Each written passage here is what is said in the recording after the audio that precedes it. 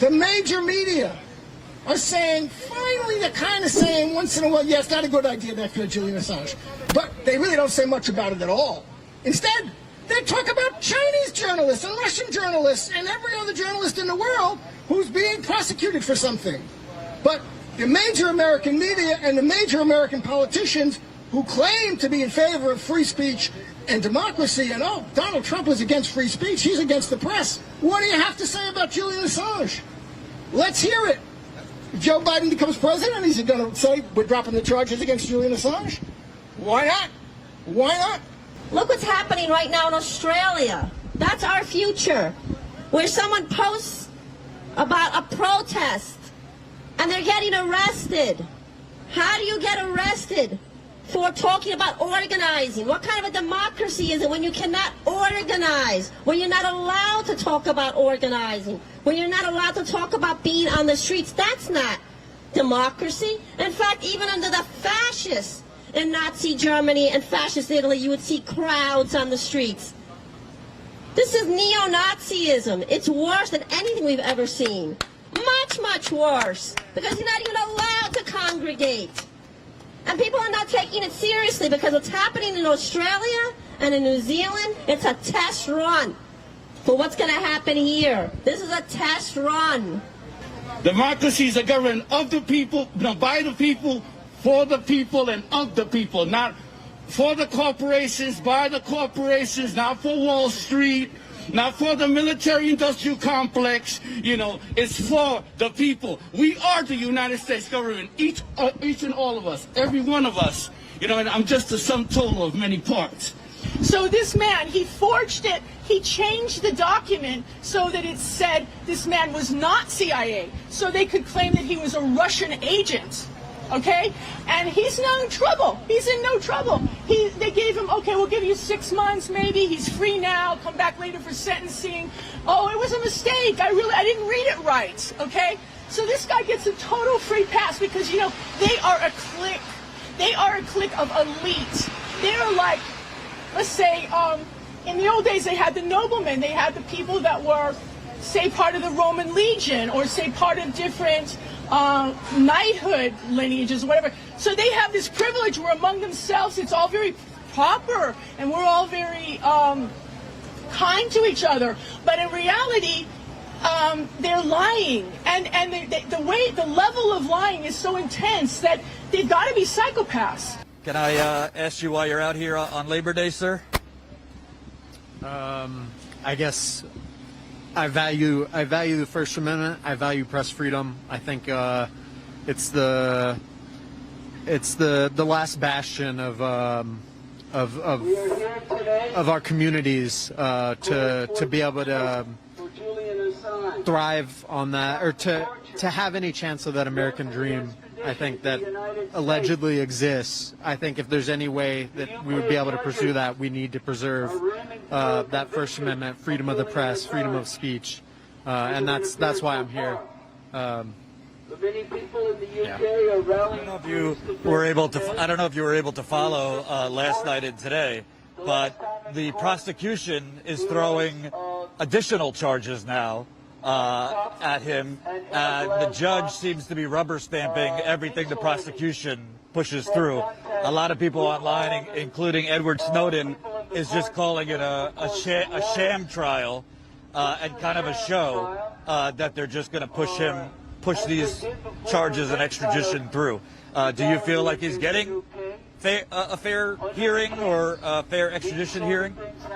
Well, I mean, I think that's what this is about. Truth be told, I've been unplugged for about the last year.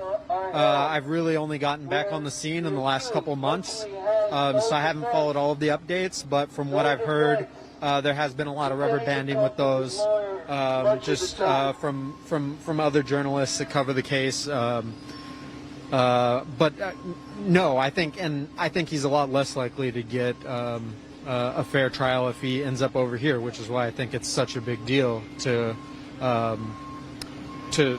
prevent extradition, because the U.S. has such a bone to pick with him from revealing these war crimes. And I mean, you know you're doing something right when everyone's against you. You know, you have the Democrats and the Republicans, both. You know, when usually one of them would, you know, be trying to get the high ground on the other.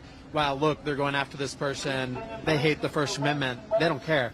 You know, I mean, he's become a target. He's not a tool. He's the real deal. It's a game. Or it's not a game to get him.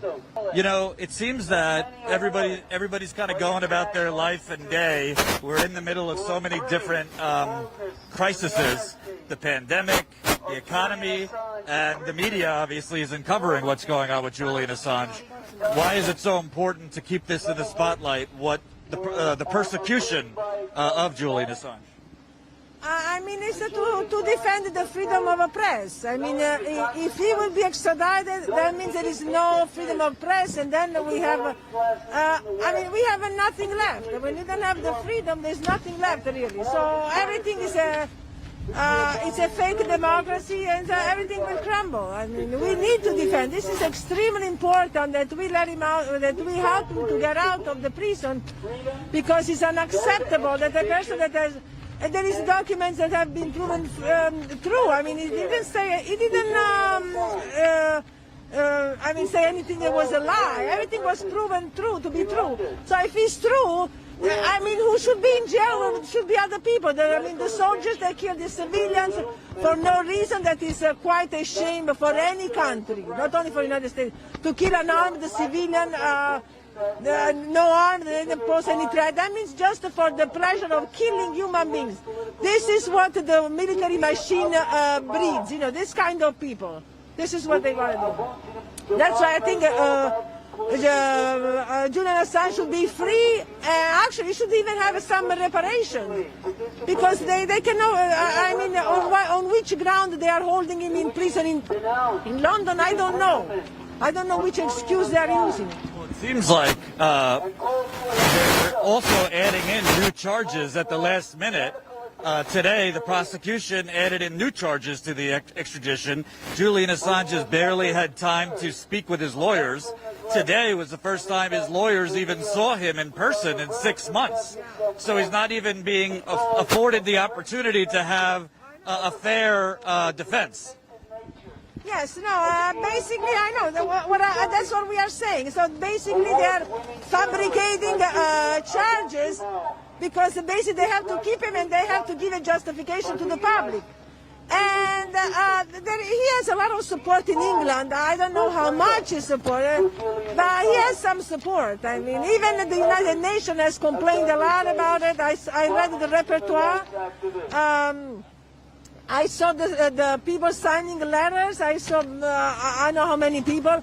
I think the International Tribunal, the ICC in Europe should intervene in this case, because this is unacceptable. What's your name? Anna. Thank you, Anna.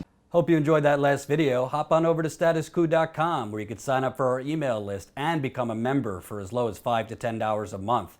Membership is how we grow. That's statuscoup.com/join. And remember, join our email list so we can grow the revolution with you.